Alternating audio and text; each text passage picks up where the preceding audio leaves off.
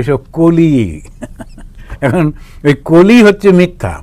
তাই ভগবান শ্রীরামকৃষ্ণদেব এসে কি বললেন? সত্য কথাই কলির তপস্যা। লক্ষ্য করে দেখুন, তা কলিযুগের তপস্যাটা কি? অন্য কিছু করতে হবে না, ঠান্ডা জলের মধ্যে গিয়ে দাঁড়িয়ে 12 বছর তপস্যা করা বা এসব করা, কিচ্ছু করতে হবে না।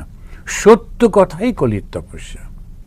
আর উনি বারবার স্ট্রেস করছেন সত্যের উপরে, যে সত্য কথা বলে সে একেবারে ভগবানের কোলে শুয়ে থাকে, এরকম বলছেন।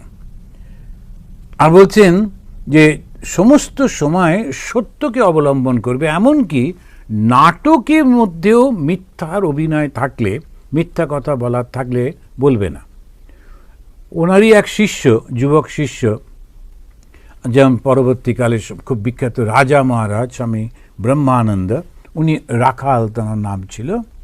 তো উনি আসার সময়, এখন 15-16-17 বছর বয়স, তো ঠাকুরের কাছে যখন আসছেন সেই সময় কিছু বন্ধুদের সঙ্গে দেখা হয়েছে।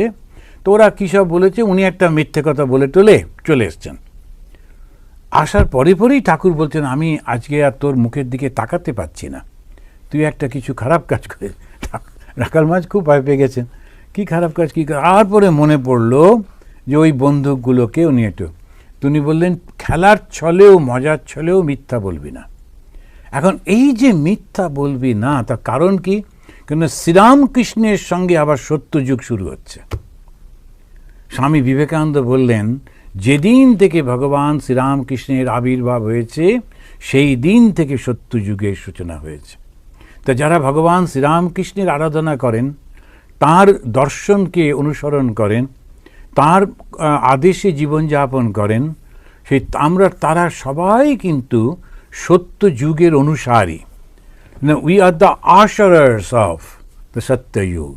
আমরা জানি না, বুঝতে পারি না, কিন্তু সত্যি কথা আমাদের একটা বিরাট বড় দায়িত্ব, সেটা হচ্ছে এই সত্য যুগকে আমরা আবার নিয়ে আসছি এই পৃথিবীতে, এবং আসবেই আসবে, কেননা স্বামীজি বলেছেন এবং ঠাকুর